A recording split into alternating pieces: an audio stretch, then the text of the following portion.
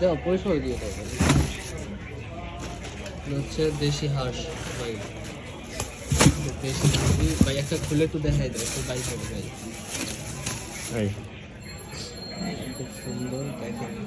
process করা